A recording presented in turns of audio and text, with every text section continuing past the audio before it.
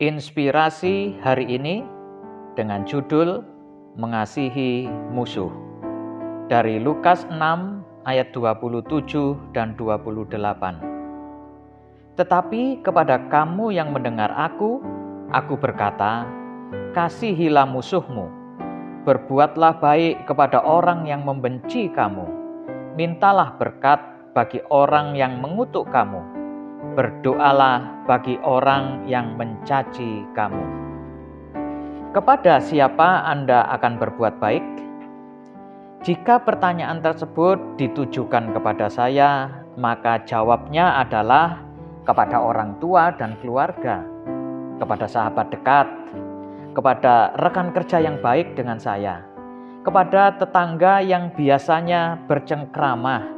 Intinya, kepada orang-orang yang selama ini dekat dan memiliki hubungan yang baik dengan saya, kepada merekalah saya akan berbuat baik. Jawaban tersebut ternyata juga menjadi jawaban sebagian besar orang jika mendapat pertanyaan di atas.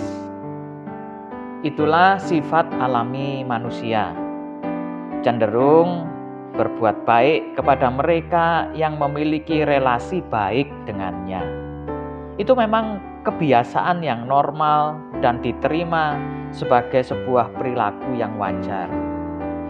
Tetapi Tuhan Yesus mengajarkan yang berbeda dengan kebiasaan dan kepatutan umum. Tuhan Yesus mengajarkan agar kita bukan hanya mengasihi orang yang baik terhadap kita, tetapi juga mengasihi orang yang memusuhi kita, yang membenci kita, yang menjahati kita, yang menganiaya kita, atau yang memperlakukan kita tidak adil.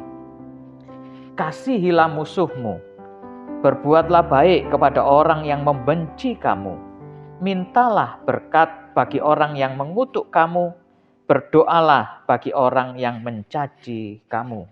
Waduh, tentu ini praktek hidup yang tidak mudah, karena selain bukanlah sebuah perilaku yang biasa, namun juga untuk melakukannya, kita harus meredam perasaan kita, mengalahkan ego kita. Ini yang seringkali menyebabkan tidak mudah untuk mempraktekkannya. Mengapa kita diperintahkan untuk mengasihi orang yang memusuhi kita? Karena kita telah menerima kebaikan dan kemurahan Bapa di surga, di mana sebenarnya kita tidak pantas mendapatkannya. Oleh sebab itu, kita harus meneladani sikap Allah Bapa kita dan berperilaku berbeda dari orang-orang berdosa.